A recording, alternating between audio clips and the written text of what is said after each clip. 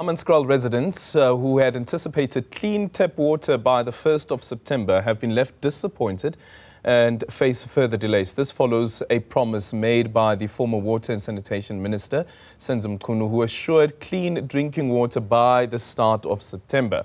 The delay is particularly concerning after the cholera outbreak that claimed the lives of 28 people in the area. What could be the core of the delays? Let's now explore this in the conversation with Benoit, who is the CEO of the South Africa Water Chamber. Benoit, very good morning to you. Thank you so much for making time for us. So the promise was made by the Minister then of Water and Sanitation that by the 1st of September, people of Hammanskraal will have drinkable water coming out of their taps. They have been left disappointed and expressing their concern. We understand that the date has now been pushed back to October. Do you know what may have caused this delay? Good morning to you and the viewers. Yes, it is disappointing for those who expected the service, but I think we're nearly there. So apparently there was some, hard rock that caused delays in the, implementation of the foundations, for the package plant.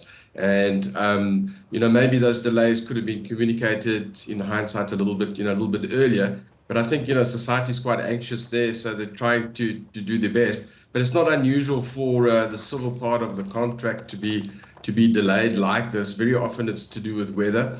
Ground conditions are a little bit more different, although the spokesman said they did do the geotechnical surveys. They did have a look, but, it's never 100% as you think. So, an extra couple of weeks or a month, for those waiting for the water, it's tough, but we're nearly there.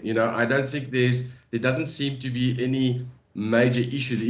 The issues are addressed. The plant's delivered. They're going to start commissioning the plant, they've said, this month. Yeah. So everything is there. It's just a slight delay because of those foundations delaying, the finalization of the plant. So I don't think there's bad news apart from a little bit of patience required.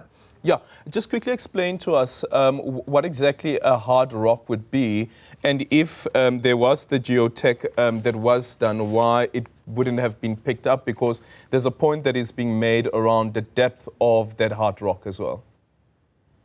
Yeah, so in the geotech, one would see that there's a certain amount of hard rock, and we know which areas have more or less what, but it's never 100% what you think it is until you actually do the excavations. And there could have been some complications on the way. Safety is a big issue. One has to work quite carefully, at those depths. So these things, it's not unusual for them, to be delayed. And, the foundations are very important.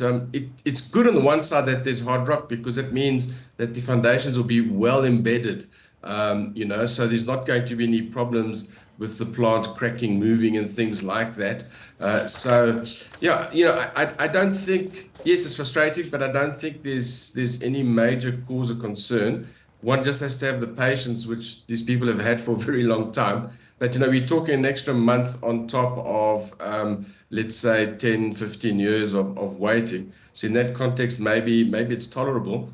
But I would imagine that it would be good if the city and Magalies Water maybe embarked on some PR, with society over there, with the community, and take them through and show them what's there so that people can see it's tangible. They can have some look, touch and feel. I would encourage them to do that, and that would be quite good for everybody. So we're not talking about something arriving. It is there. It is in the ground, literally. Yeah. Over a decade that residents in Hammanskraal have been struggling with the clean drinkable water, and numerous contracts that have been awarded to numerous construction companies as well. And I wonder whether the idea to have the Development Bank of Southern Africa take over the project on a turnkey basis as well, whether that is the right idea, and what it informs us about what should happen next in other countries, in other areas where you do also have these water frustrations being experienced by residents, that perhaps maybe it should be a turnkey project. And is the Development Bank of Southern Africa the right institution to lead that? So the Development Bank is financing a lot of infrastructure projects, and there's a big focus on water because of the issues we have through the Water Partnership Office.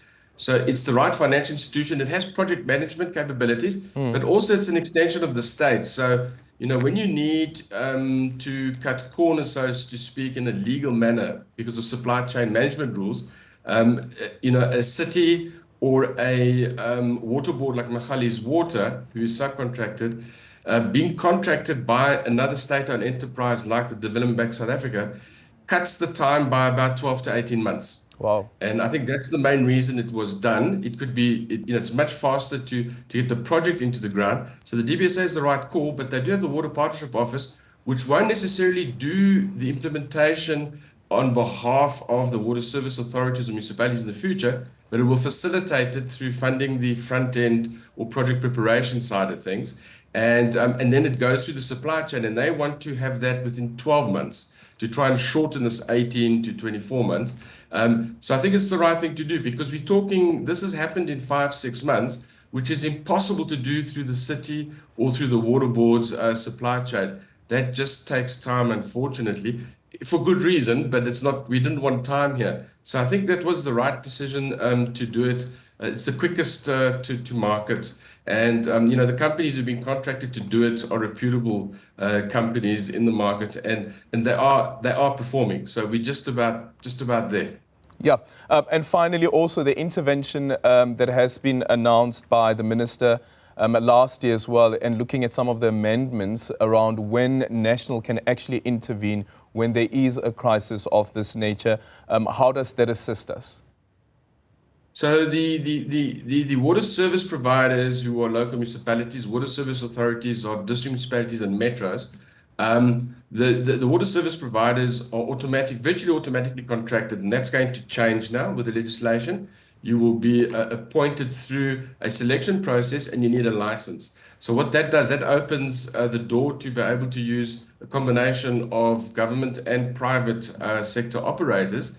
And if you don't meet the license obligations, your contract is revoked and it goes to somebody who's licensed. So now we can force performance. So I think that's going to be quite important, because it's like having a doctor who's unlicensed. It's just not right. So in the blue and green and no drop reports, we see that there's a lot of issues. So those are just the barometer of how things are being operated. The license conditions will be based on that and say that you have to meet these key performance indicators. So I think that will go a long way. Again, the legislation has just been going through the processes now, and we need to get to the next steps, because that's going to change the landscape. Again, it's going to take a year or 2 years for it to actually take full force. So it won't happen overnight, but it's a good thing. Yeah, and with that said as well, Benoit, is when there is a change of, in South Africa, for instance, we've had the ANC that has been governing for 30 years, and then, of course, now we have a government of national unity.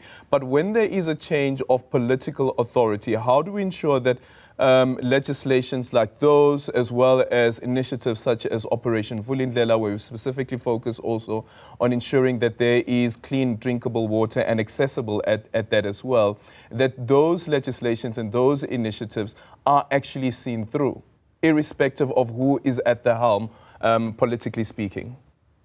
Yes, depoliticizing, our basic services, especially waters, is absolutely imperative, as you say. And I think the test will be now with the government of national unity, where certain things will not be changed, or will be changed through agreement, as opposed to one party saying it needs this change. But I think there's been there was a very wide net of consultation in bringing the latest legislation together in the water sector and the amendments to the Water Services Act, etc. So I think the intentions have been quite clear. And they haven't been really politically driven. They've been driven to improve service delivery.